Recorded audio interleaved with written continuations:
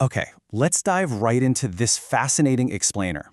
We're looking at the Brain Kinetics Model today, and how our waking world literally builds the geometry of our sleeping minds. I mean, if you've ever woken up in a cold sweat from a totally bizarre, random dream and thought, where on earth did that come from? Well, this research is going to completely flip how you view your nightly rest. We're looking at exactly how the brain categorizes our daily experiences to architect our dreams. So why do fictional movies or the nightly news cause very real nightmares? It's a great question, right? It kind of challenges everything we assume about what our brains actually care about when the lights go out. We naturally assume the brain only processes real, tangible, physical events. But come on, we all know that feeling of tossing and turning or having a flat-out terrifying dream just from watching a thriller or doom scrolling on our phones. So why exactly does our biology react to a glowing screen as if it were a literal physical threat? Well, to unpack this mystery, we're going to hit 5 key areas today. 1. Encoding significance, not reality. 2. Solid versus cloudy inputs. 3. The geometry of dream strain. 4. A really bizarre case study called the finch dream. And finally, 5. Modern cloudy strain overload. All right, section 1. Encoding significance, not reality. To really get the architecture of dreams, we have to shatter a massive misconception right out of the gate. Your brain? It's not a video camera. It doesn't just hit record on objective reality. The brain is an anticipation machine. It prioritizes what matters for your survival, your identity, and your ability to predict the future. So, a fictional movie, a really intense political debate, or even just an imagined scenario in your head, those can actually generate a way stronger dream trace than a real, mundane physical experience. Why? Because if an ideological argument repeatedly spikes your predictive and emotional systems, your brain flags it as absolutely critical data. It literally doesn't care if the threat isn't physical reality. It only cares that the emotional strain needs to be processed. Moving on to section 2, solid versus cloudy inputs. Basically, everything we experience during the day falls into 2 distinct buckets. First, we have solid inputs. These are direct, physical, embodied experiences with immediate actions and consequences. Think physical trauma, like dodging a car accident or literally running from danger. Then, on the flip side, we have cloudy inputs. These are indirect, symbolic, social, and probabilistic. We're talking about scrolling through social media, watching a political broadcast, or debating ideology. So a physical near miss is solid, right? But the internet is cloudy. But make no mistake, both of these generate massive emotional strain that your poor brain has to untangle while you sleep. And these 2 categories result in 2 wildly different types of dreams. When you get hit with a solid input, your brain uses what's called dense convergent processing. The dream you get is vivid, it's linear, highly immersive, and usually builds to a very clear climax, like your classic terrifying chase dream. But look at cloudy inputs. These trigger distributed associative processing. Because the threat is abstract and symbolic, the dream gets fragmented, oscillatory, highly metaphorical, and just surreal. You're no longer running from a bear. Instead, you're wandering through a high school you've never seen, trying to take a math test, and your boss is suddenly a giant bird. Which brings us to section 3, the geometry of dream strain. Let's look at the actual, literal geometry of how these dreams take shape.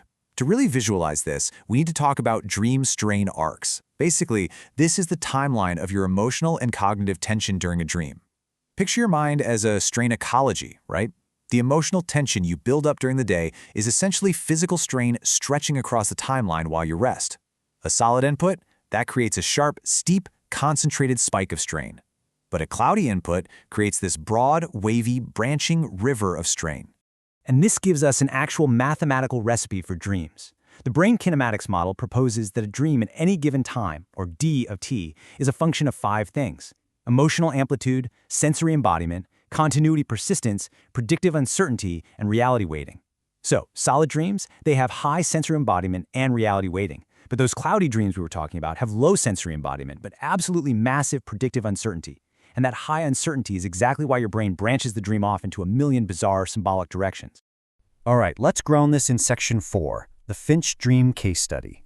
To pull this heavy math back down to reality, let's look at a genuinely fascinating real-world case study. Here is exactly what the dreamer consumed the evening right before they went to sleep. First, a violent movie featuring intense jealousy and a brutal murder. Second, they watched a politically charged activist interview discussing social anxiety and vulnerability under far-right governments. Now, we are looking at these inputs purely neutrally, just as raw data points for the brain. Both of these are highly symbolic, emotionally loaded, cloudy inputs. They spike fear, moral concern, and collective anxiety, but without ever actually laying a finger on the dreamer physically. So what exactly did the brain do with all that heavy, violent, anxious strain? Well, instead of just replaying the waking violence, the dream shifts into a care regulation state. It beautifully tracks this chronological arc of emotional strain. Step 1, the dream opens in this fragile environment with white pieces floating everywhere, kind of like snow.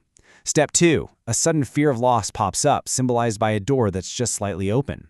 Step 3, the crisis hits. A baby finch falls into a hidden gap. Step 4, the dreamer actually manages a successful rescue of the fragile little bird.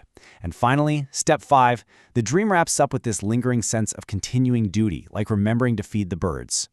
This is the absolute crux of it. The brain abstracted the fear and brutality of the waking inputs and turned them into clinical symbols of vulnerable, fragile life that needed protection. Let's break that symbolism down. Those floating white pieces, that's the nervous system literally cooling the emotional strain from the violent movie. The finch itself represents fragile, living emotional systems, a total 180 from the aggression seen on the screen. That slightly open door perfectly captures the anxiety of the political interview. It's the boundary between a safe, protected space and an unpredictable, uncontrolled world. And the fallen baby finch, that's a temporary failure in continuity, a neglected psychological gap.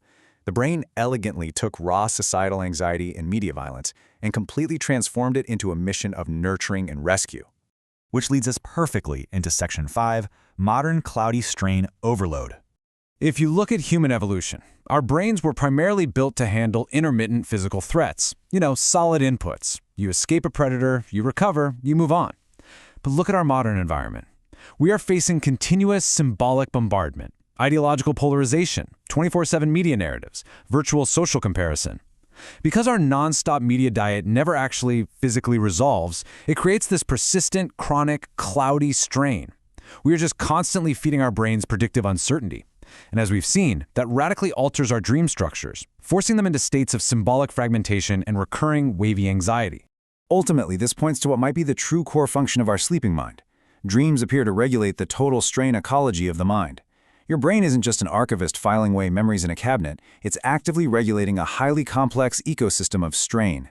This is exactly why a political concern from a podcast, a violent scene from a streaming show, and maybe a weird cramp in your leg can all mash up into one bizarre, unified dream narrative. It's just trying to process your daily tension. So as we wrap up this explainer, I want to leave you with a pretty provocative question. What is your waking media diet doing to the nightly architecture of your dreams? Because every article you read, every ideological debate you watch, every endless feed you scroll through, they all act as cloudy inputs.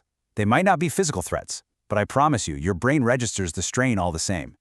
So tonight, when you close your eyes, consider how the cloudy inputs you consume today are literally building the geometry of your mind. Thanks so much for exploring this fascinating topic with me.